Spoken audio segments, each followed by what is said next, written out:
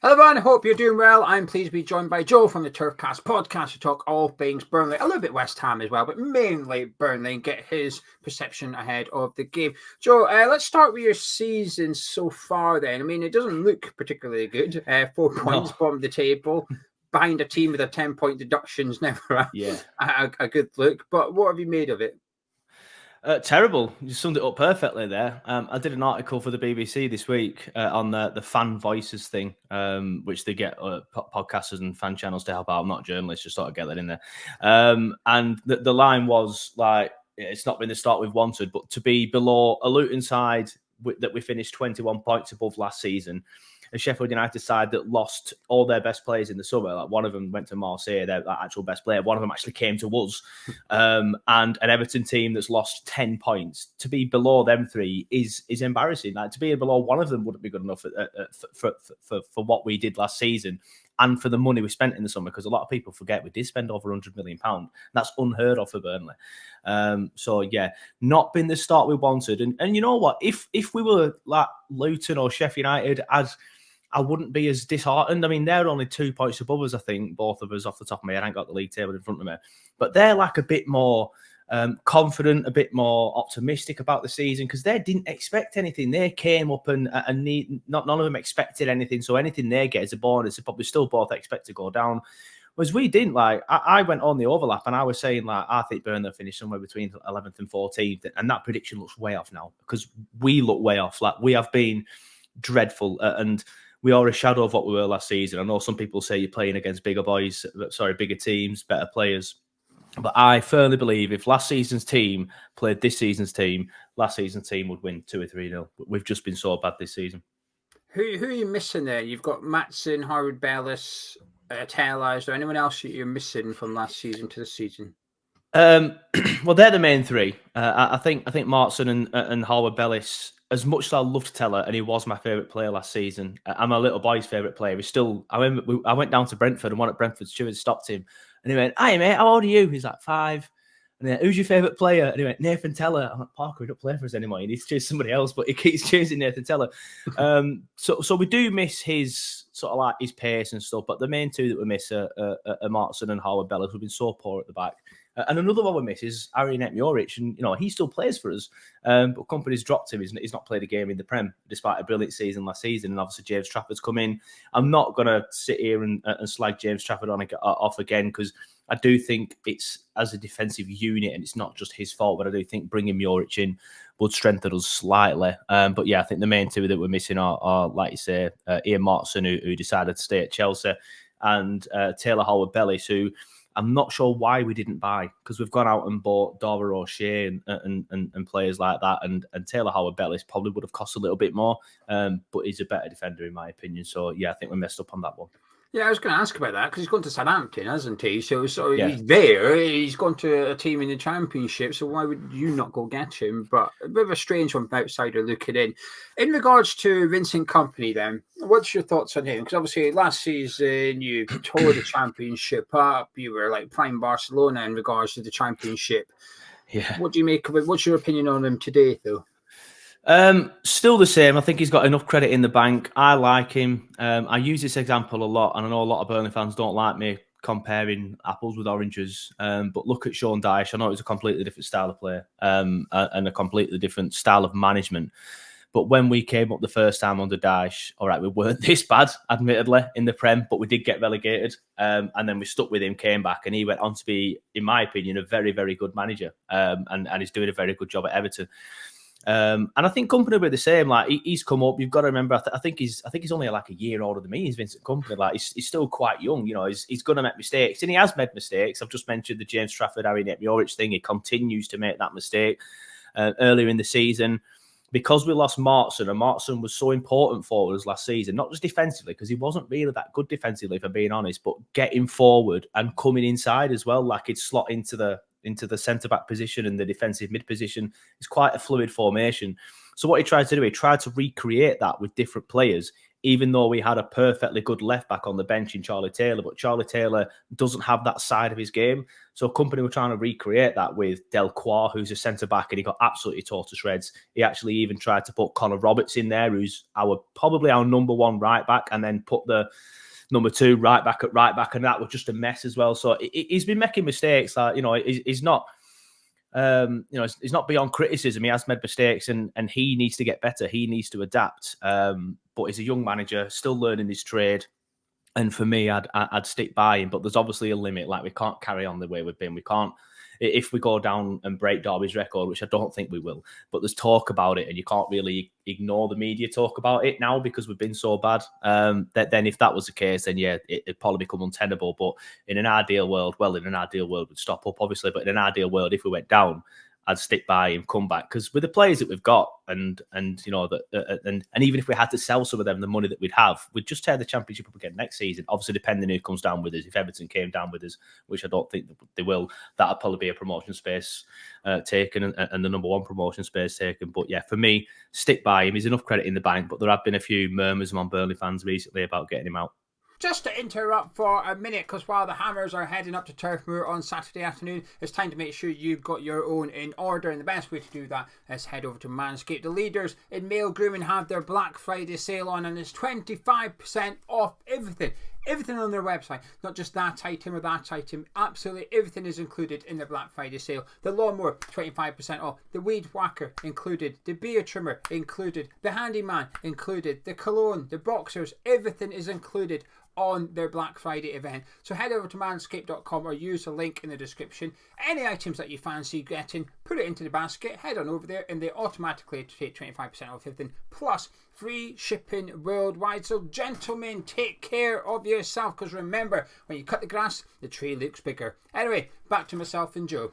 Yeah, I was going to ask that. I know you can't speak for Burnley fans. I'm not asking you to do that. But as someone who does podcasts and reads a lot of comments from Burnley fans and reads the media in regards to Burnley, is there any talk of him getting sacked? Because I haven't seen much as a West Ham fan, but I don't look for Burnley news. Yeah, there is. And it's the vocal minority. But with each passing week, it's getting louder and louder. It's not people shouting at the grounds and stuff like that, and it's just tweets. And I think if you speak to, I'm going to say match-going fans, and that's harsh because there are people that do go to the match that want him out, but the majority of the people that I speak to when I see them at the match or I see them in the fan zone or my friends, I've never met a person that actually wants him out. There are some on Twitter that want him out, and that as the weeks go on, like I said, it's getting more and more. And some quite big Burnley fans as well. Like there's Burnley fans from other podcasts who've got quite a decent following, which I'm surprised at, that want him out. But it's about the bigger picture for me. I think a lot of football fans, and I can understand why, always fall victim to short-sightedness. Like, we need to stay up this season, get rid of him, we'll have a chance to stay up. Like, get Wilder in, like, and then we'll stay up. Like, no, we're trying to do something different. Like, I don't want to go back to that type of manager. If we go down, we go down. Keep him. Keep playing the way we're playing. Keep doing the things that we're doing, and hopefully, the next time we come back up, we'll be in a better position to play in a certain way. Kompany will have to adapt slightly, no matter what players he's got. But for me, there's a bigger picture, and Burnley are trying to do things differently these days and trying to move away from the way that everybody saw Burnley. And they're just trying to do things differently, not just in the style of play, but sort of like the way that the club's marketed and things like that as well. Do you think you'll stay up? Right now, no. I've tried to be quite optimistic. Like, obviously, we've had a tough start. We played Man City on the opening day. Then we've played Villa. Who else have we played? We've played Chelsea, Man United, Newcastle. So, we played a lot of the teams that will be fighting for European spots or the league. Arsenal, Spurs.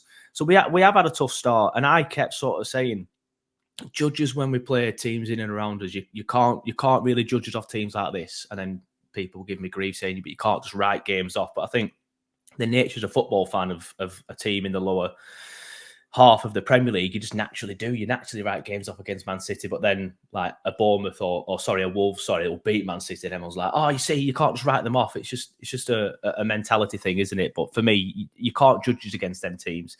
So that was my argument. Then we beat Luton. We drew at Forest first, then beat Luton, and I was like, see, these are the teams, and we're going to stay up, we'll be fine. But then we played Brentford, Bournemouth, and Palace, and we got beat 3-0 at Brentford. We got beat 2-1 at Bournemouth, then lost 2-0 at home to Palace. And that were the run of games where I was like, yeah, wow, maybe we are actually pretty poor.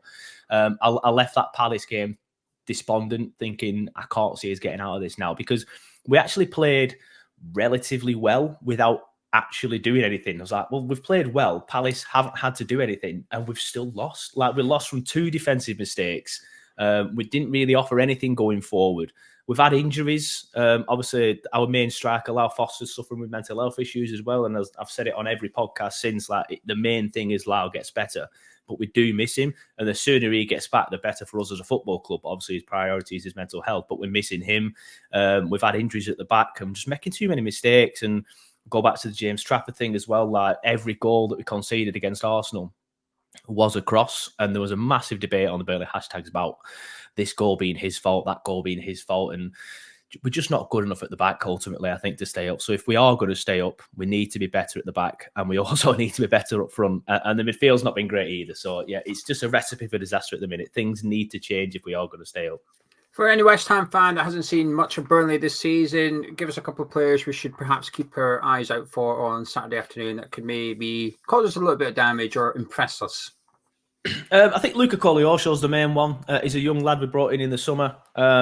He's been fantastic. I remember speaking to Turkish from AFTV and another lad from AFTV. Apologies if he watches this. His name's escaped me off the top of his head. And I was saying, like, look out for Luca Koleosho. They're both like, yeah, already seen him, fantastic player. And then he did really well against one of their fullbacks and set up the goal against them. He had Diego Dallo on tours when we played Man United, turned him inside out and got him booked within the first 5 minutes. And then just going back to Kompany's mistakes, Kompany then swapped him on the other flank for some reason. Like, keep him against Dallo and get him sent off. He's probably the main one. Lyle Foster, if he's back, I don't think he will be, though. Obviously, Vincent, we're actually recording this on Thursday, and I presume Vincent Kompany's press conference will be after this. So hopefully we'll have more information on him then. So if he's back, but again, he'll probably be lacking match fitness. But the main one I'd say to look out for, and it's worrying that it's the only one I can really pinpoint a name at the minute, that just shows how poor we've been, is Luca Koleosho. He will hopefully play on the left of the forward line and try and get at your fullbacks, and probably will get at your fullbacks. He's very good at that. His end product isn't great, but that's when he shoots. His crosses and his coming inside and his passing is actually quite good. So he's the main one, Luca Koleosho. Right, last thing about your team before we talk about my team, and it's more of a general topic. Obviously, Everton had their punishment point deduction, and not necessarily what do you think of Everton getting deducted points, more the domino effect, because obviously your club is now potentially looking to sue the Premier League over it. What's your thoughts as a Burnley fan? Do you feel any sense of injustice, or is it a case of it happened that long ago, you've moved on, let's just focus on the future? What are you feeling around it? I mean, I feel like we went down that season because we were rubbish, not because Everton, were paying interest payments on a stadium. I think that's why we went down. However, the fact that the Premier League have deducted points shows a level of guilt. So then that says to me that there probably will be a case for the Premier League or Everton to answer. I think, as you said, it probably will be the Premier League. I'm not fond of clubs suing clubs, because as you mentioned, it's going to a domino effect there on that as well. That will end up doing it left, right and centre. I know Sheffield United did it to West Ham a few years ago with the Tevez and Mascherano thing. But if Burnley could get some, like 20 million quid, for example, off the Premier League for that, then I'd want them to chase it. Like, I don't see any football fan that would think, some will obviously, but if your club has a chance of getting some money, because if we go down, like, we're going to need it. But it's interesting because there's a few Burnley fans that have been sort of like saying, like, dock 'em more points, like get them. Obviously, it's kind of tongue in cheek, but dock them because something to do with if we sue them, which, as you said already, we can't.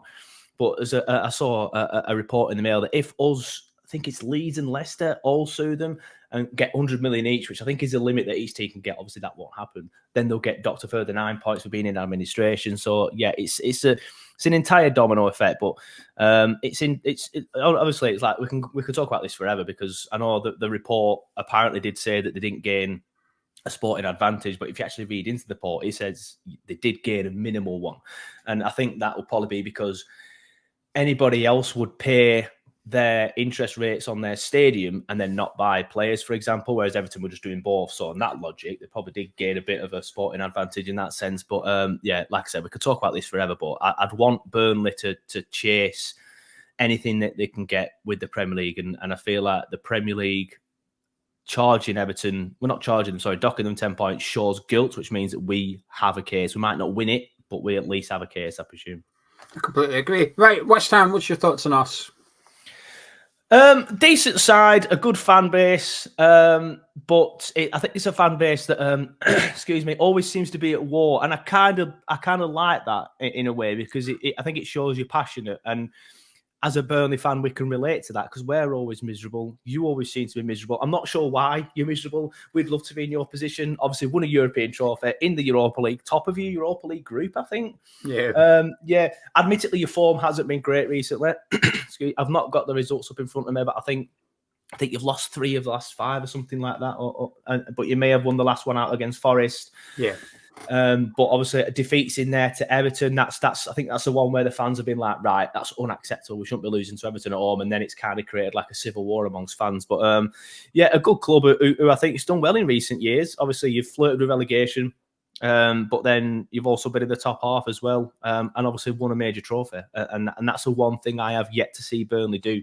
Is win a major trophy. So I was very jealous, but also happy for you when I was watching that final last year. But yeah, a good club and good players now as well. I think you're getting better as years go by. You might have lost Rice in the summer, but Ward-Prowse is a great acquisition, and you've got some very good players as well. What players in particular, bar Ward-Prowse, stand out for you?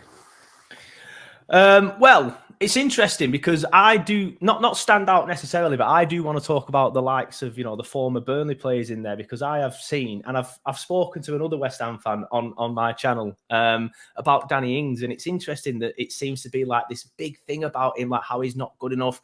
I've seen tweets saying he shouldn't wear the shirt and that sort of stuff again, which I find interesting. Is that something more to do with the wage, I believe, than his actual performance? Well, his performances have been gash, I presume, recently. But then you look at that and you think, well, he's also earning 125 grand a week, something like that. Before I say anything, for people watching this, because I'm a bit of a Danny Ings fan and people know I'm a Danny Ings fan, right? So for context, I haven't spoken to Joe about Danny Ings prior to we start recording, so he doesn't know my thoughts on Ings, right? So let's get your thoughts on Danny Ings as somebody that used to watch him a lot, playing at Burnley and stuff. What's the best way? How do you get the best out of Danny Ings? Well, this was 6-7 years ago now, but the best way would just be to get the ball to feet. If you want him running the channels, he's not going to do that very well. He's a good finisher. He's a good poacher in the box. You kind of need players around him to supply him, but not really with crosses into the box. You're going to need getting the ball into the feet, getting the ball low to him, and he will score well. He would have scored your goals a while ago. Obviously, left us, went to Liverpool, did quite well, barring injuries. Went to Southampton, did well at Southampton. I completely forgot about his time at Villa, apart from when I talked about him yesterday, which shows that he probably didn't do much at Villa.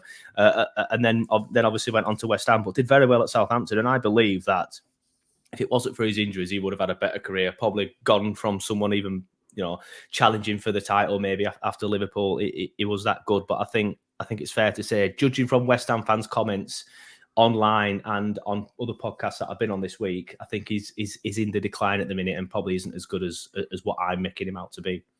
My opinion is that it's not really a wage thing. At the end of the day, it's up to the club what they pay him, and he's going to take what he can get, kind of thing. I don't blame him whatsoever for the money he earns. It's the system. I think we put him in a role that suits Michail Antonio, which is, can you run the channels? Can you physically bully centre-backs? Can we ping a 30-yard ball up to you, and can you make it stick or win a throw-in or win a free kick or something? And sometimes the nearest player to him is 20 yards away. He does get the ball. Yeah, he's not that player. Nobody near him at all. And the games I have seen him play well is outside the 18-yarder. So he's dropping 10, 15 yards back, getting the ball, giving it to someone and trying to get some sort of passing and moving, going up the pitch and whatever. But he's got little to no service. I think it's 21 games now without a goal for West Ham. Now, some of those games are 2 minutes off the bench. So this is where appearances can be flawed. But there has been a handful of starts in there, or 20 minutes, 30 minutes off the bench. But whenever he plays, we take off Michail Antonio. put on Danny Ings and the role doesn't change. What you're asked to do doesn't alter, despite the fact they're two completely different profiles. I mean, I don't think you could get much more of an opposite of Mikel Antonio than Danny Ings. You've got a big, strong, physical, quite quick attacker that doesn't mind, like you said, running down the lines, bullying centre-backs, to a guy that wants to stay central, wants it into his feet, wants it in the 18-yarder. And there's two completely contrasted strikers, but what's asked of them is exactly the same. It's almost like a joiner using a hammer to do his job, and it's working, and you take the hammer away and give him a screwdriver and say, keep going, will you, mate? Well, it's not going to work, is it? That's my perception on Danny Ings. I'm a big Ings fan, but it's just been a disaster so far at West Ham. Right, yeah, well, don't worry. It does lack a goal against Burnley. Don't get my hopes up. I'm not listening. He scored a few times against us, but he used to celebrate as well. And this is another interesting thing. Like I'm like on my own now. Like it used to be a thing when I was growing up. I remember like, oh, he celebrated against his former club. Oh no, that's disrespectful. Whereas now I'll put a tweet out saying I can't believe he's done that. And I was like, he scored a goal, get over it. Like he's allowed to. But I remember sort of like criticising him a few times for celebrating wildly against us when he scored for Southampton once. But him and Sean Dyche didn't get on. So I think there was a little bit of needle there. So we'll see if he scores, too, isn't he? Yeah, or was he Bournemouth? Yeah, he was Southampton. I get him and Vauxhall mixed up sometimes. I think Vauxhall with Bournemouth and Ings with Southampton. You're right, but yeah, there was a bit of needle between him and Dyche, so I think there was something there. But obviously Cornet as well. Interesting to see if he gets on. But in terms of your players in terms of your players that I worry about, it's mainly like the likes of obviously Paqueta, Souček, and Ben Rama. Your classic ones. If you've got any players that are good in the air, Kurt Zouma, I probably would imagine is. Then he's going to score a header. They're just going to score headers, especially with the Ward-Prowse free kick. Right. Well, I'm getting a few quid on our centre backs scoring a header or Souček scoring a header, because them three, the two centre backs and Souček are good in there, and we're bloody good at our set pieces as well with Ward-Prowse. Would you take Cornet back at Burnley? Yes, provided he. If you said to me, he is a brand new shiny Cornet, and he will not get injured for the next 18 months, I'd bite your hand off. I think the problem with him is the injuries. And he never gets a run in the team. He was quite bad with injuries at Burnley. Then obviously we let him go to you. And then he got that weird, I don't know what it was, like a very rare injury. And then everyone's like, oh, did Burnley know about that? Or didn't they know about that? Did they think, oh, quick, get out? So it's interesting. But yeah, I'd have him back. A lot of Burnley fans miss him, actually, because I think he'd suit the company system very, very well. Very, very well. But yeah, I'd have him back, but his injuries worry me. Right. Saturday afternoon, Turf Moor, what are you saying? Well, I'd rather not go. It's one of the. I'm at that stage now. I remember the season before last. Obviously, we got relegated, and there was parts. I've got a season ticket, so I'll go on every home game. I'll go on about 10, 15. No, 15 is ambitious. Probably about 10 away games a season. It will be more if I didn't have a little boy, but it is what it is. And there was a part of me last season where it was like this stage, and I was like, oh, the weather's horrendous. I'm gonna have to drive to Turf. I'm going to have to walk from my dad's in the rain. Like, can I be bothered? I'd always debate with myself, like, can I be bothered? And I'd always end up going on. And there was a point last season when we were playing Swansea at home, and that feeling kind of like felt, it was left over from the season before. So I remember like sitting here, similar time last season, like, oh, can I be bothered? I went on and we stuffed them 4-0. I'm like, what were I worried about? This is fantastic. But then I'm back into that, oh, can I be bothered again? I will go on. I always do go on. I debate it and then go on. I just have a bit of a do you know that feeling, though? Do you know that feeling, though, you said you had prior, which was, can I be bothered? And you're almost looking for reasons to not go, but you'd still end up going. Yeah. And then, do you know how you commented about like some West Ham fans being unhappy? I think that's how they feel at the minute with David Moyes. It's like, oh, I can't be bothered with the chore of trekking to the London Stadium, regardless of the weather, just for the football that's going to be on display. I'm probably not going to enjoy it, but I go anyway, and it's gone. I think a lot of people find it as a chore to go watch West Ham, and something they have to do rather than something they want to do. And I think that's possibly what you've said actually sums up how some West Ham fans feel at the minute. Yeah, and you're probably right there, because I think a part of it was the football. I mean, I don't think there's a right or wrong way to play football. And also, West Ham are quite big on like a West Ham way to play football. So your fans might disagree with it. I don't think there's a right or wrong way to play football. The last 18 months under Dyche were turgid, and that's when I got fed up of his style. Probably because we were losing. it didn't help that we were losing. Whereas now, I kind of feel the same. Like last season, I've said it a million times, even though I've seen Burnley get into Europe, I've seen us win the Championship before under Dyche, twice promoted under Dyche. And I've seen us win the Championship under Kompany. I've watched us play Olympiacos in Athens, you know, a club the size of Burnley. When I started following Burnley, they're in what is now League Two. So them achievements are massive. But last season was my favourite ever season, and I think that is because of the football that we played. So, but now I'm getting back into the situation on the turf where I'm thinking, can I be bothered? So it's the football is irrelevant, but we are getting tanked every week. Like I've been on every home game so far this season. I think I've been on 2 away games so far, and I've not seen us win. I've not even seen us get a point. And it's just it's nearly December. It might change. It might change. It might change. Well, fingers crossed, but I'm not looking forward to, like I said, the Wolves proud set pieces. So I think you'll have some fun against us on them.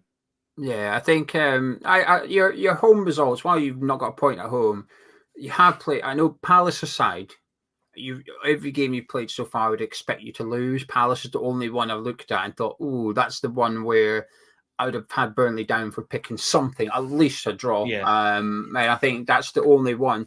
Out of all your results so far, that one and possibly the defeat away to Bournemouth is to be honest, it's the only 2 results really I've looked at and thought, oh, didn't expect that one. Thought Burnley would have done a bit better. The rest of them, to be fair, I think I would have expected you to lose the game. So anyway, can I get any final words from yourself, Joe, as well as your score prediction, please?